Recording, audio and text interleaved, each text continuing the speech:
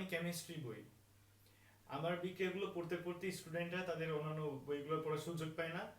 আর আমার মেইন একটা সোর্স আছে, সেটা অর্গানিক কেমিস্ট্রি, যেখানে আমি স্টুডেন্টদেরকে অনেক সুন্দরভাবে বাস দিতে পারি।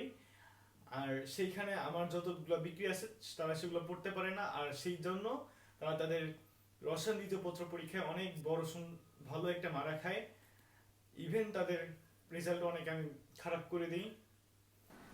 আমি ফিজিক্স বই, স্টুডেন্টরা আমার থিওরি থেকে ম্যাথ বেশি করে, আর তাদের এ প্লাস মিট যাওয়ার একটা কারণ হচ্ছে তারা থিওরি যেহেতু পড়ে না, আর তারা ক খ অ্যান্সার করতে পারে না, তারা শুধু গ ঘ অ্যান্সার করে, আর তার 50 মার্কের ভিতরে শুধু 35 মার্কে অ্যান্সার করতে পারে, যার ফলে তাদের ভুল থাকার চান্স বেশি থাকে। এই জন্য তারা এ প্লাস মিস করে, আর এ প্লাস মিস হলে তাদের আইফোন মিস হয়, কারণ এ প্লাস পেলে আইফোন পাওয়া যায়।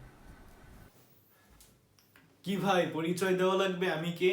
এন্ট্রি দেখেই তো বোঝা যায় যে আমি কে। আমি হলাম গড অফ সায়েন্স।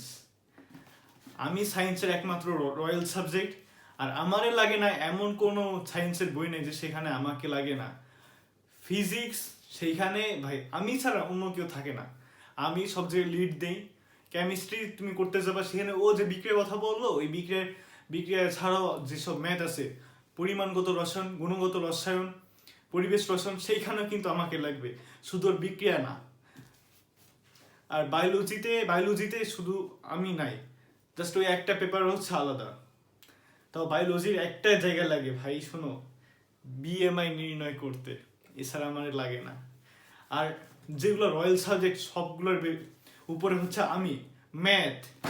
আর আমার আমার টাইম থাকে স্টুডেন্টদের সবাই আমাকে বেশি, কারণ একটু ইফোর্ট দিলে আর একটু বোঝার চেষ্টা করলেই বোঝা যায়। আর ওইগুলো অন্যগুলো হচ্ছে মুখস্থ করতে হয়, আর এই পড়াটা ইফেক্টিভলি হয়। সো স্টুডেন্টরা আমাকেই সব থেকে বেশি প্রায়োরিটি দেয়, আর আমি তাদেরকে বেশি বাস দিই। টাটা।